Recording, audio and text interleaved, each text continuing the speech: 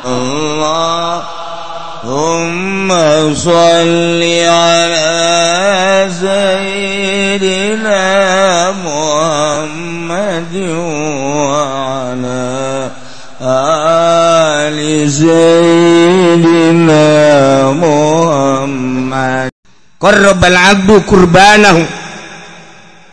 Tiap jelema anu ngalaksanakeun kurban, Allah mah teu hayang dagingna, Allah mah teu neuleuh getihna, tapi Allah mah neuleuh teh takwana. La yanalallah luhumuha wala dimauha walakin yanaluhu taqwa. Los dagingna mah jang sia dahar ku sararia, tapi aing mah nilai nu ku aing katarima takwana eta jelema. Fa awwalu qatratin qatarat minal qurban takunu kafaratan likulli dzambin amilahul abdu. Setiap tetesan getih nu nyek celekatana nu dipencit ku hiji jelema maksudna korban eta teh ngajadikeun pangampura dosa. Setiap tetes trak mangkaning sabaraha gelaseut getihna. Ieu getih sacek celek bae suara jasa. Ieu lah poe lebaran. Mulia jasa. Teu bisa urang kuari mah masjid korban kuari teu bisa. Di luar bulan haji urang mencit korban teu bisa. Eta mah sakadar poe eta we poe lebaran jeung tasrek 3 poe. Lamun jelema boga duit kemudian henteu mencit korban, rugi jasa. Lantaran keur ditongton ku malaikat. Kararieu malaikat coba tuh si haji itu boga sebenarnya namanya duit, pan bangunan nyokotan daging bae. Ulah neuleukeun tunjuk aing atuh, biasa bae.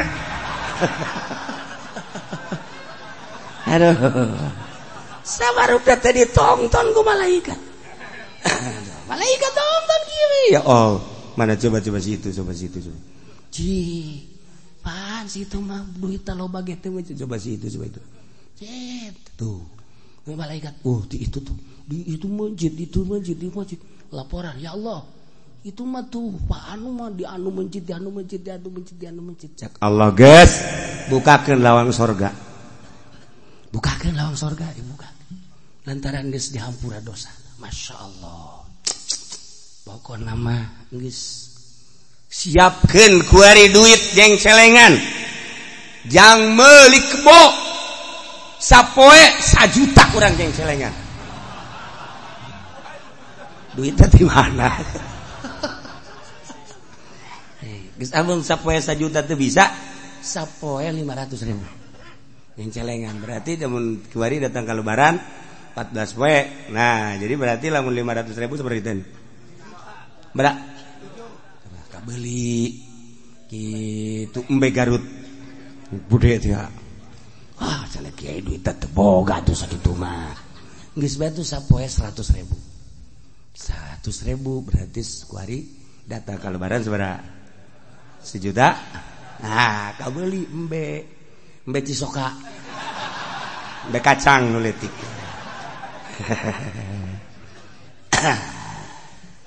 Guys, kuari mah lamun jadi tukang ojek, ngojek kuari sapoe-sapoena. Tah duit gojekna sing meunang 1 juta ceng celengankeun.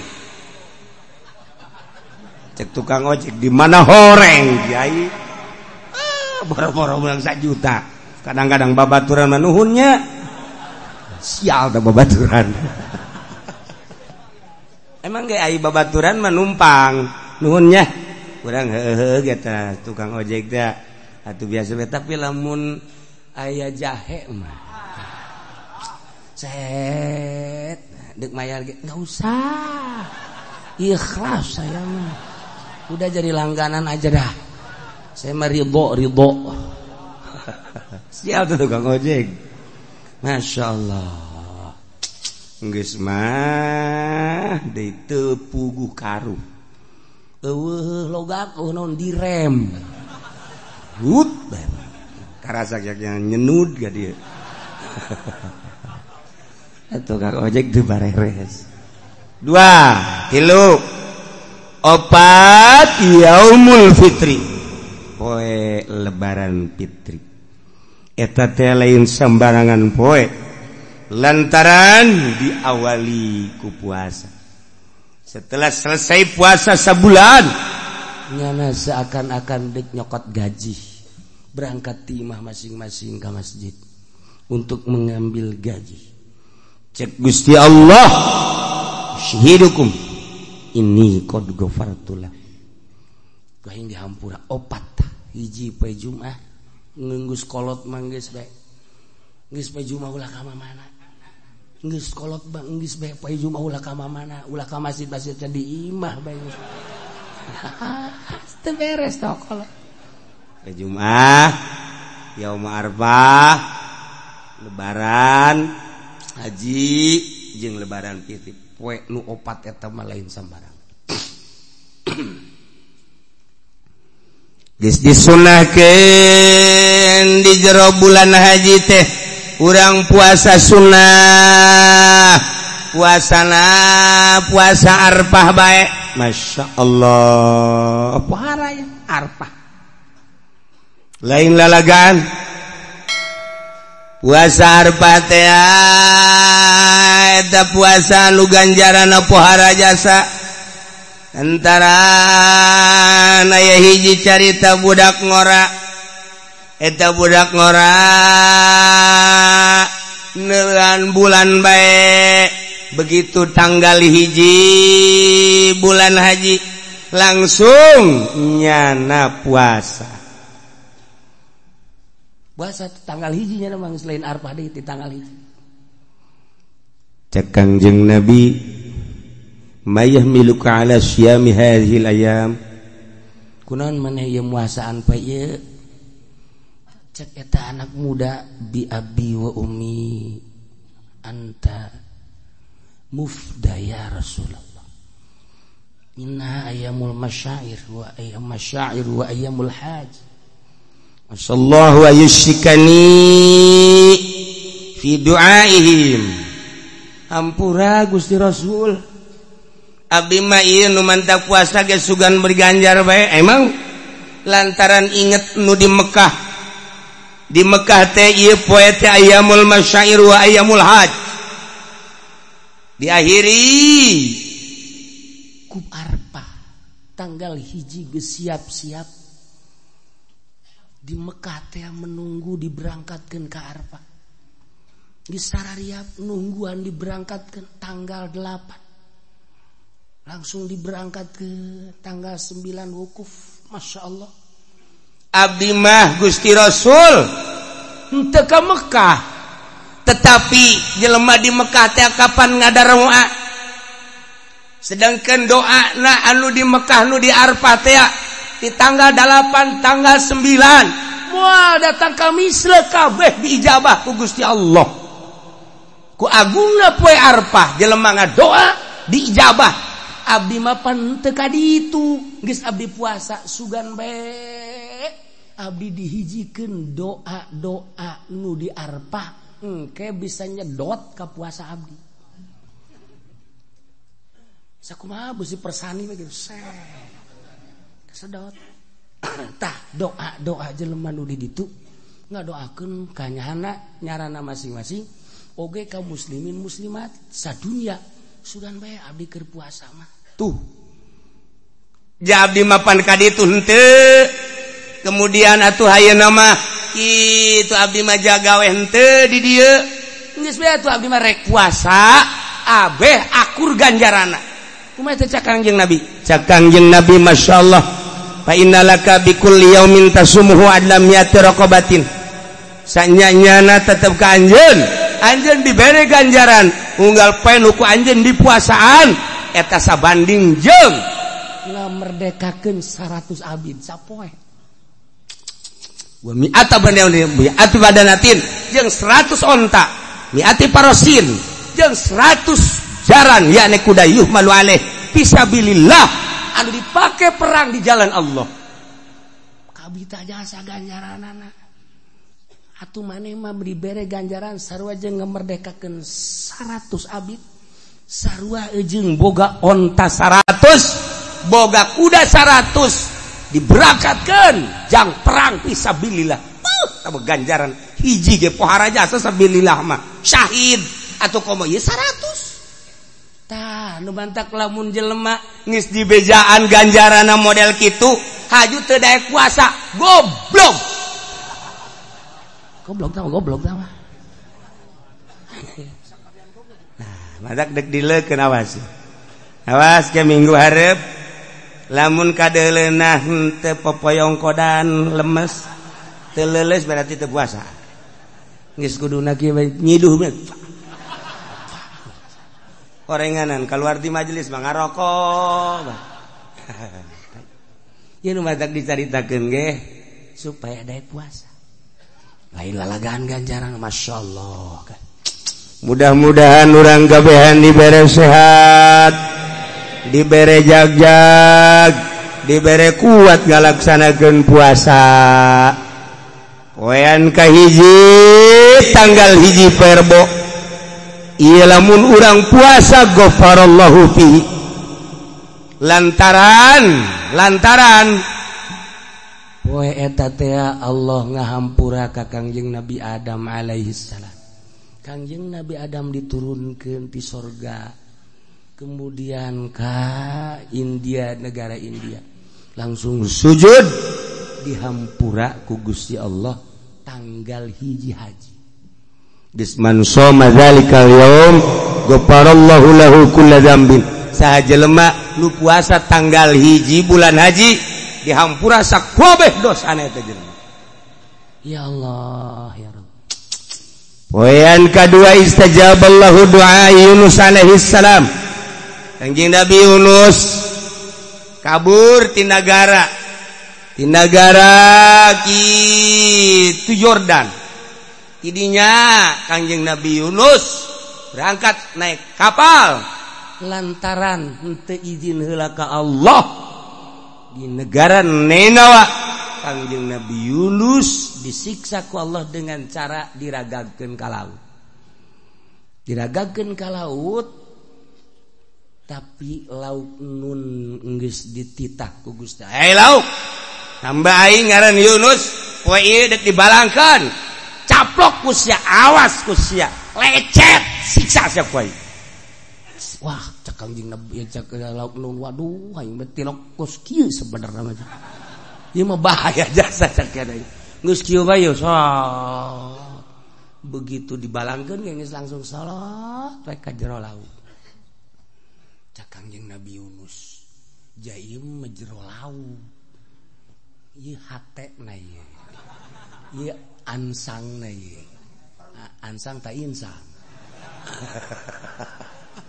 Les ya sok jasa abong jualan lauk teh ya. Nah, geus kita badongengna Kangjeng Nabi Yunus mah akhirnya Kangjeng Nabi Yunus dikaluarkeun fa akhrajahu min batil hud dina tanggal 2 haji dikaluarkeun terus sakumaha orok kaluar ti rahim indung teu daya teu upaya masyaallah mantak man soma zalikal yaum kana kaman abadallaha taala sanatan lam yasillah bi ibadatillah tarfatain. Sajelema nu puasa poean kadua maka Allah bakal mere ganjaran percis kos jelema ibadah ka Gusti Allah sataun teu maksiat sakicep-kicep acan. Geus dikitu-kitu ge tetep bae aing kuat moal nya ieu. Aing puasa ulah ieu nya.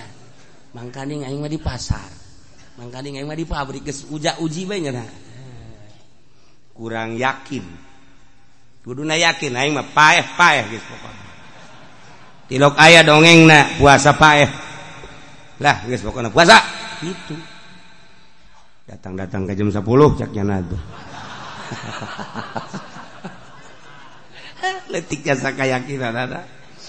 Poean katilu istajaballahu fihi du'a Zakaria alaihi salam. Allah ngaijabah kana doa Kangjeng Nabi Zakaria mendak man shoma dzalikal yaum istajaballahu du'a. Sajelema nu puasa tanggal 3 bulan haji lamun pun tapenta ka Allah langsung diijabah. geus tanggal 3 asal urang puasa poe eta menta diijabah ngan aya nu dibere langsung di dunia aya nu diengkekeun di akhirat masalahna beusi teu kuateun di dunia dibere tak aju dipake abrut-abrutan cak Allah moal aing mah mendingan engke bae di sorga nah engke di sorga teh ya urang teh kieu anu poe eta aju ngadoa mah begitu asup ka sorga nah ieu mah ganjaran-ganjaran anu sejen nah ieu mah waktu maneh tanggal 3 bulan haji menta hayang dunia hayang ka beuli mobil nah ieu ganjaranna tah mobil kijang tah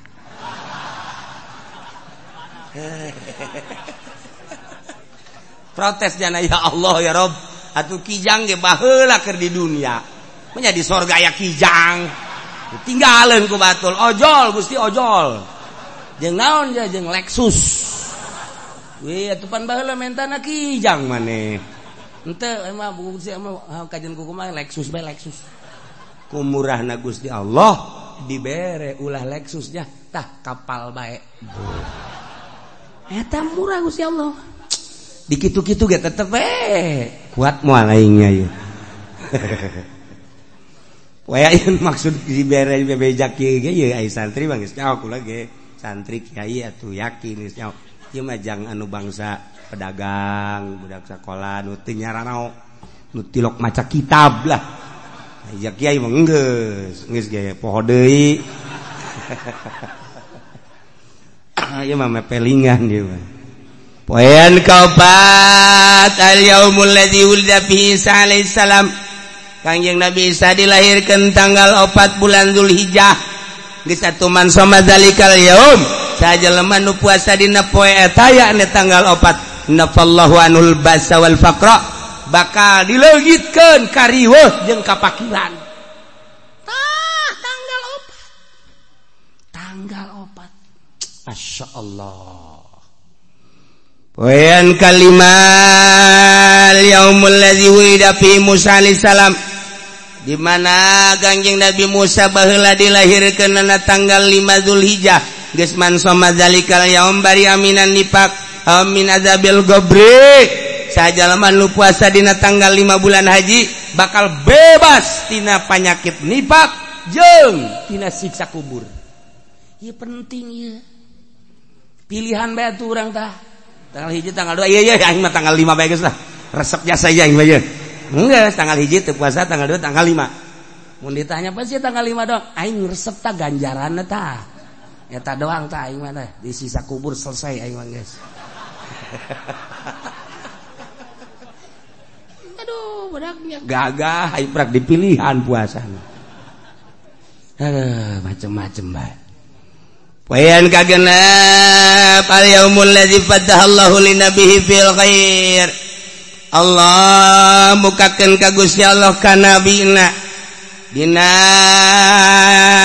eta tanggal genep dibukakeun kana kahadean kemenangan geus mansomahu sajelema nu muasaan tanggal genep haji yanzurullah ilaihi berrahmah fala yu'adzabu ba'dahu abadan Allah bakal mencerongkeun dengan penuh ka deudeuh jeung ka nyaah kulantaran Allah neuleukeun deudeuh jeung nyaah atuh moal disiksa salilana terus bae masyaallah ngadengekeun mah pohara puasa moal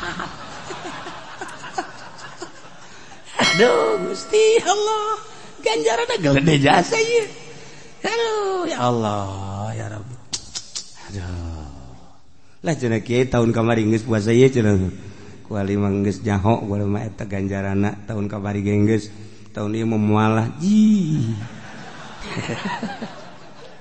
beuki dibere beja mundur sama yaumus sabi al yaumul ladzi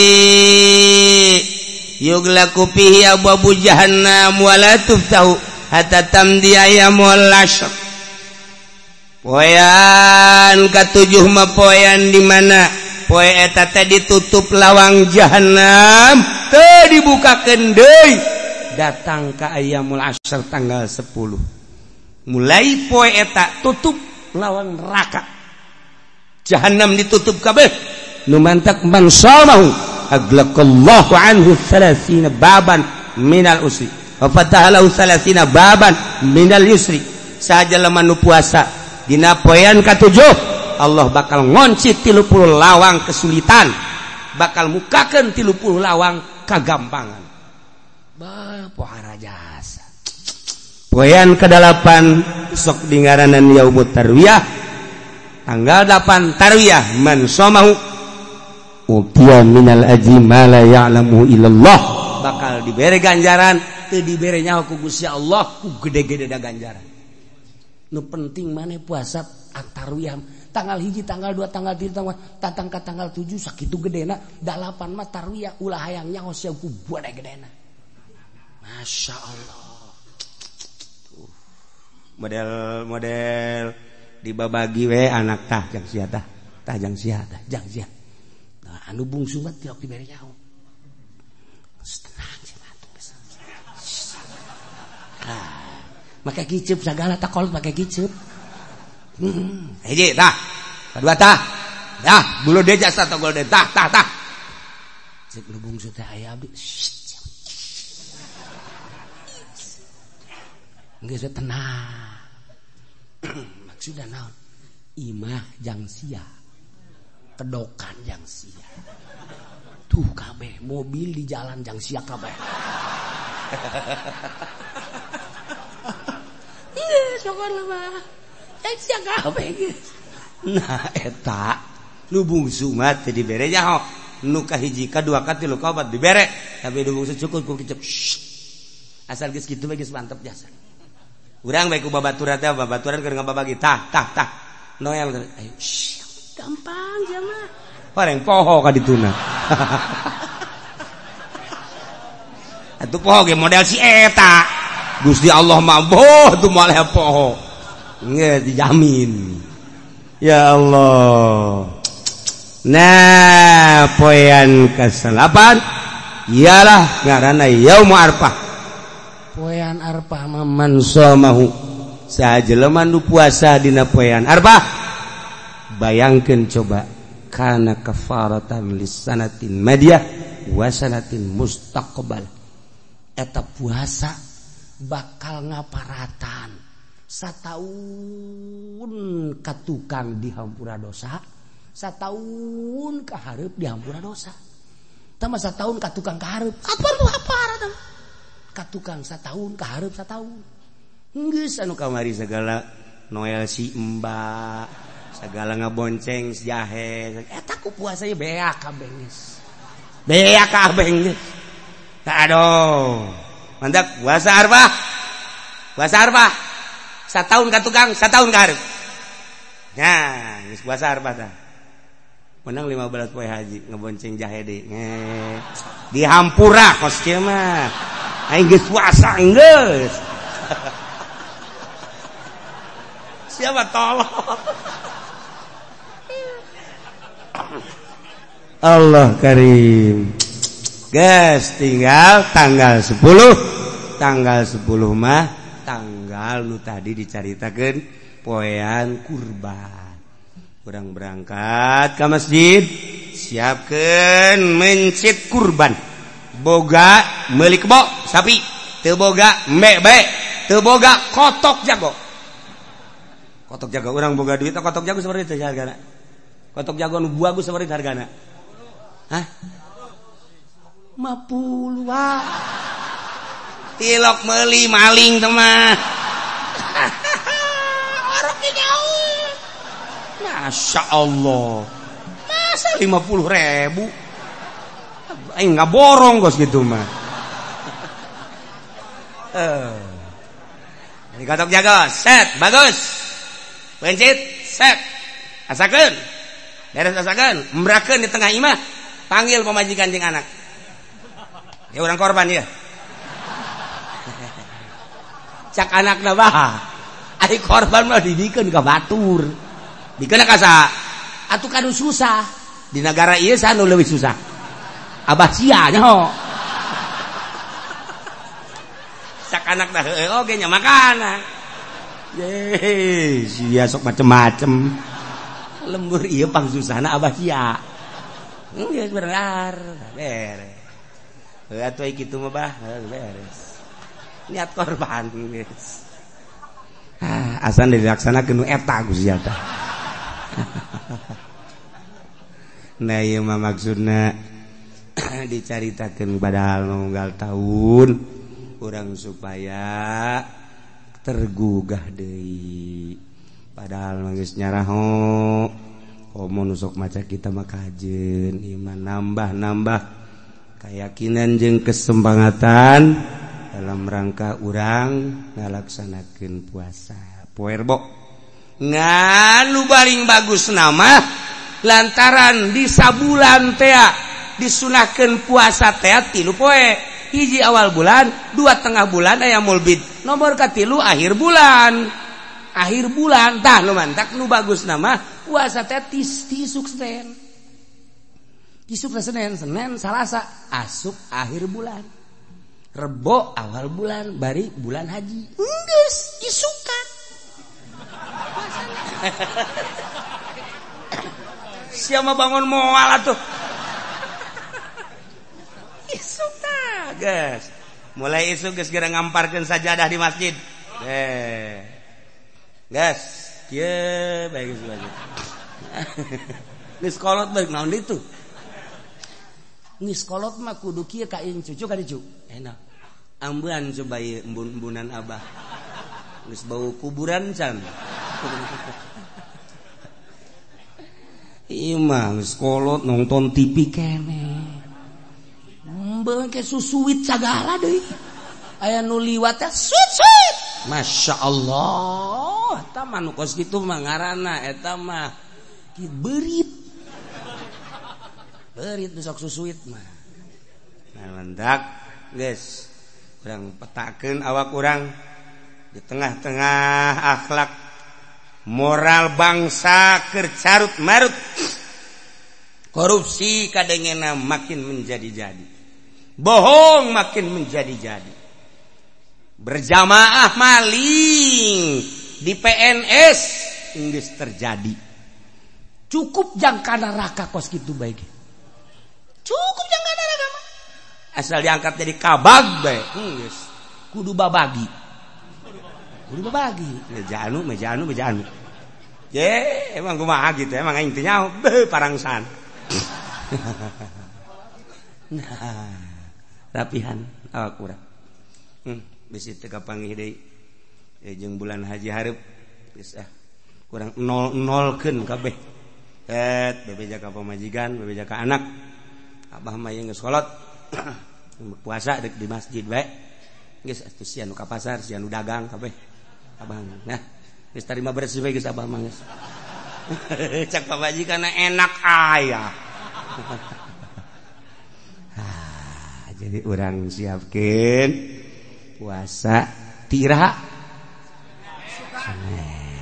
Tah, nu nyebut isukan gue deh. Wallahu alam. Coba isuk. Nah, etalah sekadar penjelasan tentang poe-poe ganjaran-ganjaran dina poe-poe bulan haji anu sakitu poharana. Tapi tetep bae iwal timun tayang ka Gusti Allah nu boga tanaga, nu mere tanaga Allah, nu mere kuat Allah. Sanajan urang hayang-hayangan ku Allah teu dibere kuat deuk kumaha deui. Sanajan urang resep ka ganjaran Allah henteu mere ka urang daya jeung kakuatan deuk kumaha. Mentek nu boga kuat Allah pental ka Allah. Ya Allah ya Rabb, abdi minta kekuatan ti Gusti ja Gusti nu boga kuat. Abdi hayang puasa ku gedena ganjaran Gusti. Tuh. Wallahu a'lam.